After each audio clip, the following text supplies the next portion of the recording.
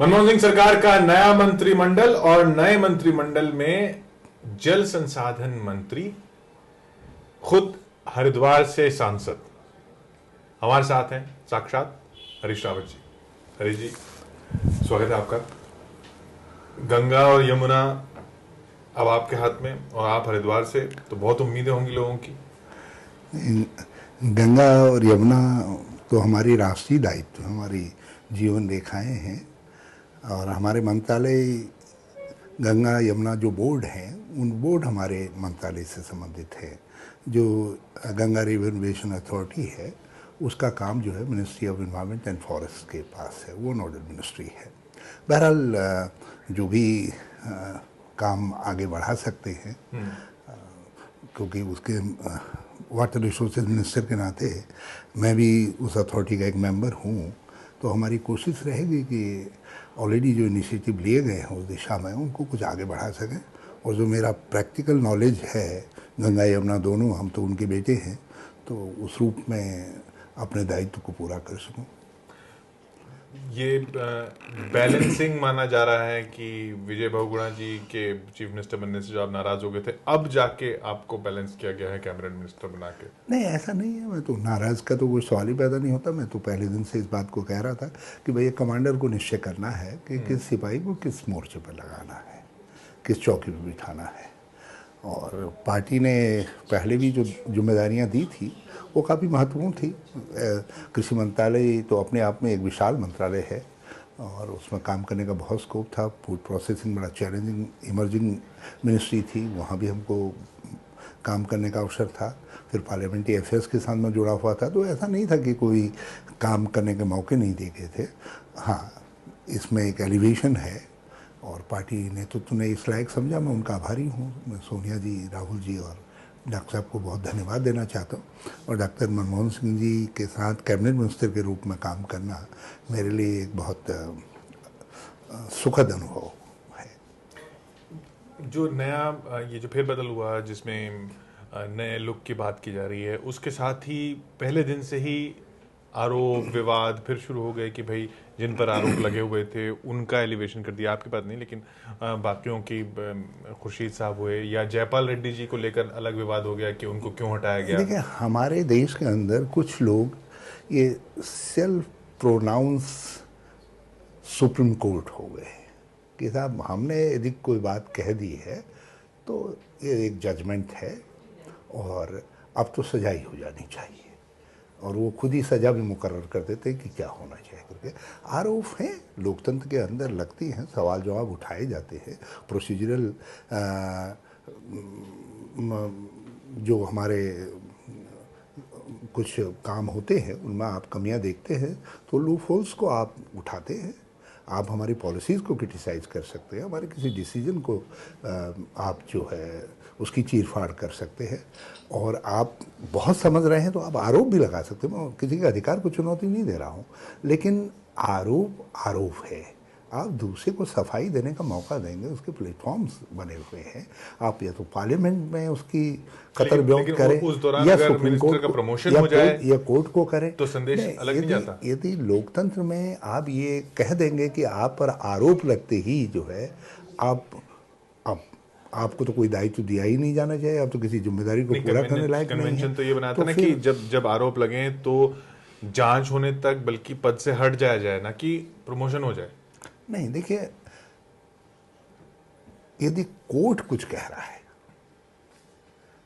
कोई कंक्लूसिव ऐसे प्रूफ सामने आ गए हैं, तो आप जो है किसी बड़े कोर्ट तक जाने तक आप अपने पद से इस्तीफा दे देते हैं यदि हाई कोर्ट ने कहीं पर आपके खिलाफ कोई स्ट्रिक्चर कर दिया है या कोई बात कह दी है। लेकिन एक पॉलिटिकल ऑर्गेनाइजेशन या कोई भी पॉलिटिकल कंसिडरेशन से आरोप लगा रहा है और आप ये कह दीजिए कि नहीं साहब अब तो आप किसी जिम्मेदारी के लायक नहीं हैं, तो हालत ये पैदा हो जाएगी किसी भी सरकार में। ये तो छोड़ दीजिए यूपीए की सरकार, कोई और भी सरकार होती तो लोगों के लिए लोग मिलने मुश्किल हो जाएंगे जो इन जिम्मेदारियों को पूरा कर सकें।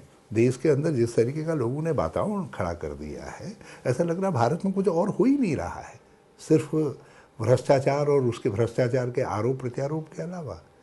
इसमें सरकार की कई जिम्मेदारी नहीं है कि अगर ऐसा माहौल खड़ा हुआ है तो ऐसा माहौल क्यों खड़ा हुआ है? देखिए, मैं समझता हूँ कि जो इधर विश्वव्यापी मंदी आई और दुनिया भर में खाने पीने की चीज़ों के दाम बढ़े, पेट्रोलियम पदार्थों के दाम बढ़े, इसकी वजह से थोड़ा सा हम एक दबाव में आ गए, हिंदुस्तान में भी दबाव में आ गए।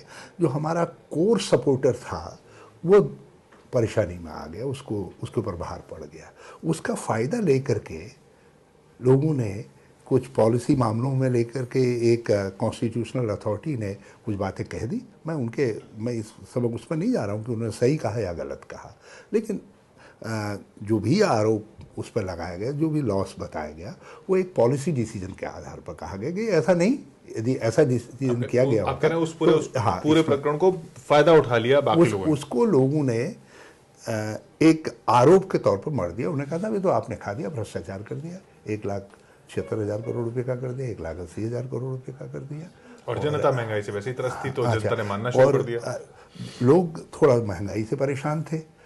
वो जो हमारे सपोर्ट में उतर करके आते थे, जो हमारी ढाल बनते थे, वो ढाल सामने आई नहीं और आरोप लगाने वालों को अवसर मिल गया। तो इसलिए थोड़ा सा ये वातावरण बना है। मगर हमको इसमें इस हिसाब से नहीं देखना है कि इससे कोई राजनीतिक फायदा किसको होने जा रहा है। 89 में इस तरीके का वातावरण खड़ा किया गया, उसका परिणाम देश के लिए बहुत खराब रहा। आने वाले हम एक ऐसे व्यक्ति को जो 50 साल देश का नेतृत्व करता उसको खो गए। और बोफर्स की तो अपनी यूथफुलनेस को केवल कारगिल का यदि युद्ध नहीं होता तो शायद दुनिया में सफाई देने का अवसर लोग समझ भी नहीं पाते कि राजीव गांधी कितनी सर्वश्रेष्ठ तोप लेकर के आए थे देश के लिए। तो ये लोग उसी तरीके की हालात पैदा करने की राजनीति इस समय कर रहे हैं। एक अंतिम सवाल, ये विवादों में जयपाल रेड्डी साहब को लेकर और विवाद हो गया। उन्होंने भी प्रेस कॉन्फ्रेंस की कि मैं तो लेट मंत्रालय में इसलिए आया क्योंकि मैं तैयारी कर रहा था अगले मंत्रालय की, लेकिन जिस तरह से उनको पेट्रोलियम मंत्रालय से हटाया गया और उसको लेकर जो साफ साफ कॉर्पोरेट घरानों पर उंगलियां उठी, वो सरकार की छवि को और नहीं बिगाड़ रही इसी माहौल में जिस माहौल की आप बात कर रहे हैं? मैं एक दूसरे रूप में कहना चाहता हूँ, पेट्रोलियम मिनिस्ट्री है, महत्वपूर्ण मंत्रालय है, मगर science, technology and earth sciences ये 21वीं सदी का मंत्रालय है और इसमें बहुत कुछ करने को है।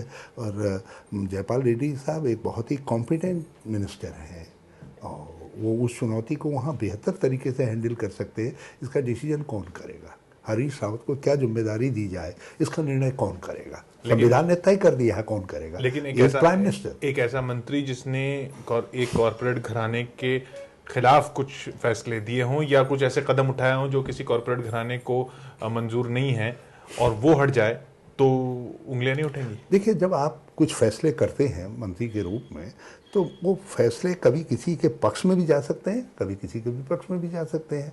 और यदि हर फैसले के आधार पर ये समझा जाए कि पॉलिटिकल प्लेसिंग अफेक्टेड नहीं होनी चाहिए, आप तो उसको छूइए नहीं, तो फिर रिसफल ही नहीं हो सकता है। बहुत सारे और मंत्री भी हो सकते हैं जिनके कुछ फैसले किसी के खिलाफ गए होंगे, तो प्राइम मिनिस्टर हमेशा। तो आप कह रहे हैं किसी कॉर्पोरेट घराने की वजह से मंत्रालय नहीं बदला गया है और ना ही पेट्रोलियम से साइंस एंड टेक्नोलॉजी जाना कोई डिमोशन? जयपाल रेड्डी साहब का स्टेचर इतना बड़ा है पार्टी के अंदर, उनकी योग्यता के इतने प्रशंसक हैं प्रधानमंत्री जी, पार्टी के लोग जो है, पार्टी नेतृत्व, कि उनको किसी के दबाव में कहीं से हटाया जा सकता है। मैं इस आर्गुमेंट को मानने के लिए तैयार नहीं हूँ। और दूसरी बात यह है, मैं साइंस, टेक्नोलॉजी और साइंसेस की मिनिस्ट्री को किसी तरह कम तर नहीं आता। एक बहुत ही चैलेंजिंग जॉब है और मुझे खुशी है कि जयपाल रेड्डी साहब वहाँ उसके दायित्व को बहुत काबिलियत के साथ संभालेंगे। आप देखिएगा आने वाले दिनों में देश को उसका फ़ायदा होगा।